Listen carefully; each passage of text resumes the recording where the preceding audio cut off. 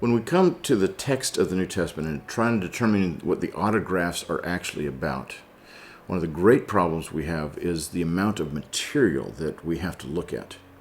Now, I'm going to compare this material to what other ancient Greco-Roman literature looks like in terms of their material remains of these various authors. And that's why I've entitled this lesson, An Embarrassment of Riches.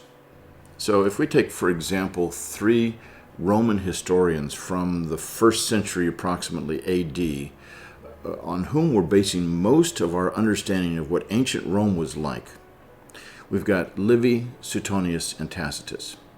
Now, Livy, we are waiting 300 years before we see any copies of his writings, and we don't see the full array of what he wrote about Roman history. Most of it's simply lost forever without any knowledge of where it went to. We have a grand total of about 30 copies of Livy in existence today that we can examine to try to see what he had to say. Another ancient Roman historian was known as Tacitus, and we are waiting for 800 years before we see any copies of Tacitus's works. And the grand total that we have are 3. 3 copies of Tacitus, and yet he's one of the great Roman historians to give us the information that we need on the history of Rome in and around the 1st century AD as well as before that time. A third author, Suetonius, we have quite a bit of material from Suetonius. We have over 200 manuscripts from Suetonius. But again, like Tacitus, we are waiting 800 years before we get any copies of his writings. Now, if we were to compare this to the New Testament documents, you would see that we have an embarrassment of riches. And it truly is an embarrassment for New Testament scholars, which creates kind of an existential crisis of how do we approach this material? What can we safely disregard, at least to some extent, as we examine the more important materials? Here's the data. We have, for our New Testament manuscripts, at the present time, close to 5,800 copies of these manuscripts in Greek alone. Now, if you were to wipe out all of the Greek manuscripts, this is what the text of the New Testament was originally written in, Greek. If you were to wipe out all of those, we could still reproduce the text of the New Testament many, many times over from the witnesses that we have in Latin, which were as early as the 2nd century. And the Latin text, we have over 10,000 copies of Latin manuscripts of the New Testament in existence today.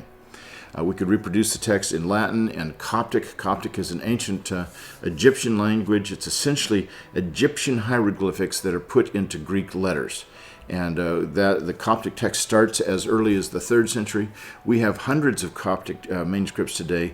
In fact, we have probably at least 1,500 Coptic manuscripts, if not quite a few more, that have not yet been cataloged. All around the world, there's many, many Coptic New Testament manuscripts that are simply not yet cataloged and therefore not known to New Testament scholars. Besides Coptic, we also have Syriac, another very, very important ancient copy of the New Testament, and we have hundreds of copies of Syriac. Then the New Testament was translated into many other languages. It was translated into Georgian, into Gothic, into Arabic. It was translated into Old Church Slavonic, into Anglo-Saxon and Armenian. We have so many copies of the New Testament in all these versions that there are surely between 15,000 and 20,000 copies of the New Testament not in Greek, written on handwritten manuscripts. So it's an embarrassment of riches. Then you add to that the over 5,000 copies of the New Testament in Greek, and we've got over 20,000 copies, well over 20,000 copies most likely, of the New Testament in various languages before the time of the printing press. Now I should mention something that is true both for the New Testament and for these other ancient authors, and that is this. A copy of one of these ancient documents does not mean that it's a complete copy.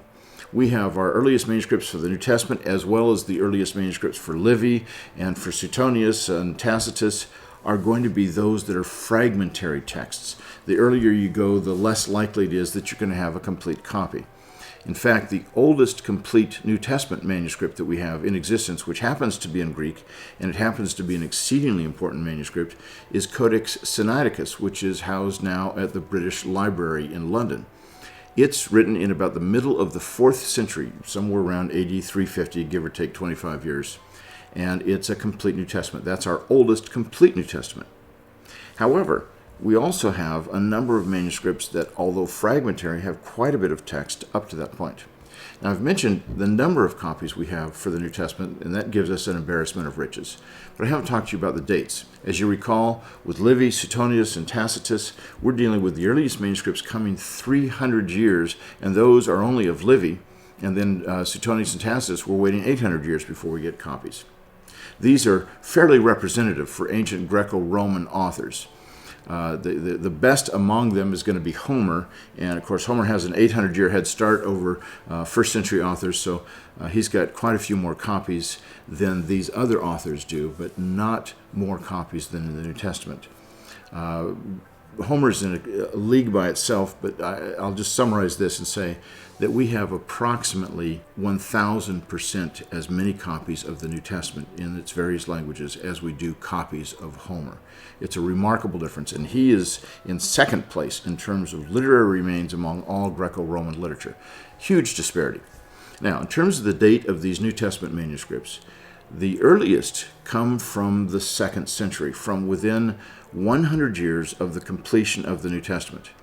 Scholars have pointed to a fragment of John's Gospel known as P52, or Papyrus number 52, that is housed at Manchester University in the John Rylands Library today.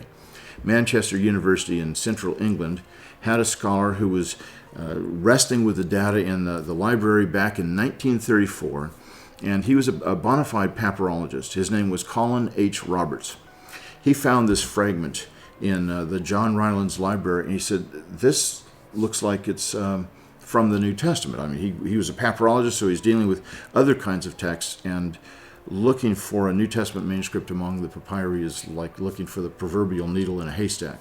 About 1/10% of all published papyri are actually New Testament manuscripts, so it's pretty hard to find them.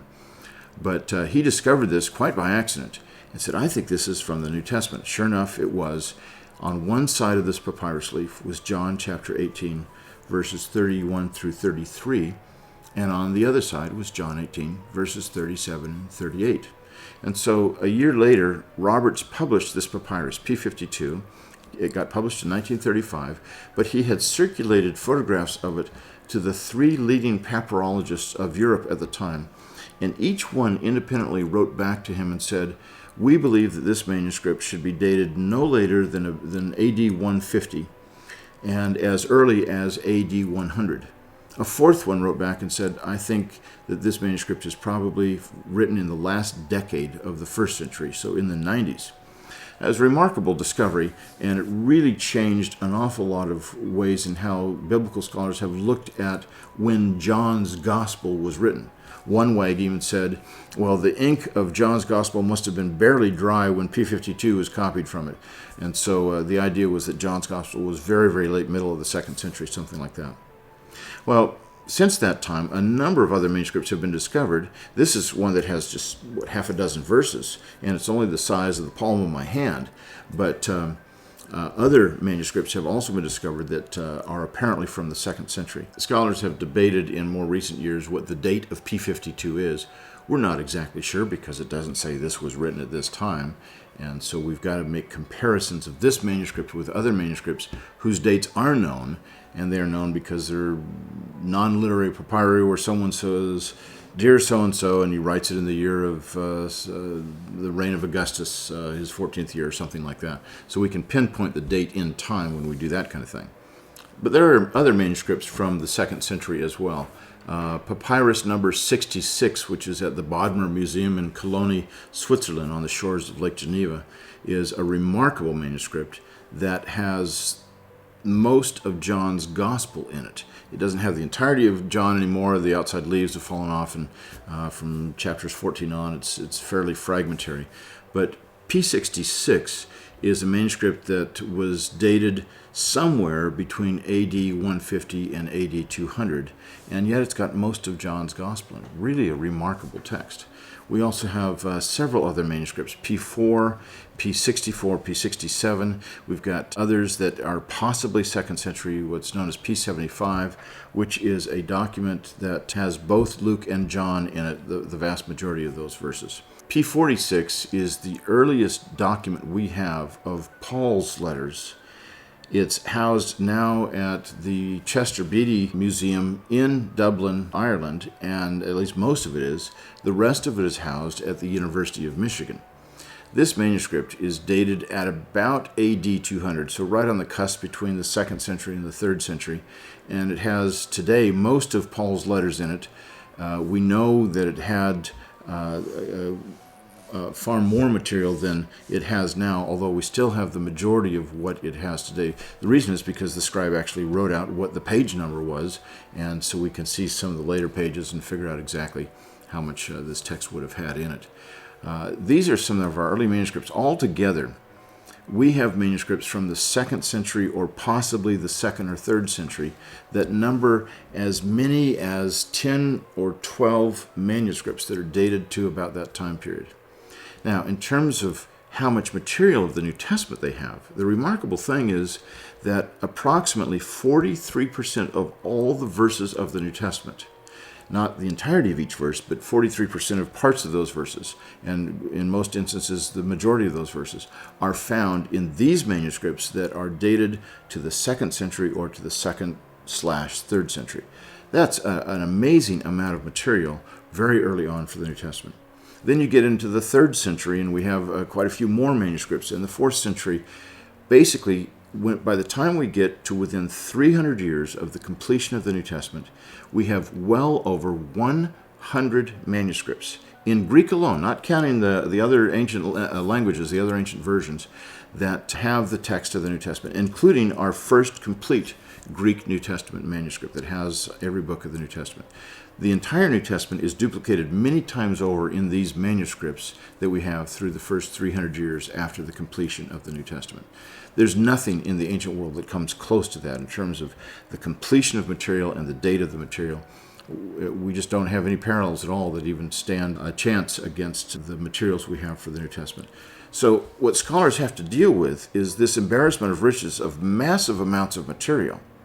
And on the other hand, they have to deal with the early texts, and yet those early manuscripts very frequently differ from each other. They typically differ from each other more than the later manuscripts do that were almost cranked out, not by a printing press, but very, very carefully produced, but on a standard text that was changed significantly from the early text. So we've been talking about this embarrassment of riches. How much do we have of the average ancient Greek author, Greek or Latin author, how much do we have of his literary remains? The average author has fewer than, and I'm giving a very liberal estimate here, fewer than 20 copies of his literary remains still in existence. And most of these Greco-Roman authors would have just a handful, 1, 2, 3, maybe 6 or 7 copies, that's it. So giving a generous estimate of 20 copies, if you were to stack those literary remains up, how tall would it be? Well, on average, it would end up being about 4 feet high. If we had 20 copies of the remains, you'd get up to 4 feet high. Now, take the New Testament manuscripts in the Greek and all the ancient versions. How high would that stack be? That would be closer to about a mile high. It's a huge difference between these ancient Greco-Roman authors and their literary remains and what we have for the New Testament. Now, if you were to wipe out all of the Greek manuscripts and all of the ancient versions of the New Testament, would we be left without a witness? Not at all. We also have the fathers of the church, or ancient bishops and presbyters and elders and deacons, who wrote commentaries and homilies on the New Testament. Beginning in the late 1st century, we start getting these church fathers who are making some minor comments on the New Testament as it was in a state of production. It wasn't really yet regarded as the New Testament until it became what's called canonized. That is, when the church recognized certain books and determined that certain books would be considered scripture, which it took some time for that to happen. But in the meantime, these patristic writers in the late 1st century, 2nd century, 3rd century, all the way up through typically the 13th century is how we count them, are quoting from the New Testament and alluding to the New Testament. How much material do we have from the church fathers in terms of quotations and allusions from the New Testament? Well, the best estimate is that we have well over 1 million quotations of the New Testament by the Church Fathers for this period of time. That's a huge amount of resources, and the entire New Testament is reproduced, again, many times over in the writings of these Church Fathers. Finally, when you think in terms of the amount of material, there's another way to quantify this. Altogether, among our Greek manuscripts only, we have approximately 2.5 million pages of manuscripts of the Greek New Testament, which the Center for the Study of New Testament Manuscripts is dedicated to digitizing as much as we are allowed to and as much as we are able to. Those 2.5 million pages average out to about 500 pages per manuscript. So the average Greek New Testament manuscript is about 500 pages long. This is a significant amount of material. We're not dealing primarily with fragments, but with some lengthy materials, and very early on we get this.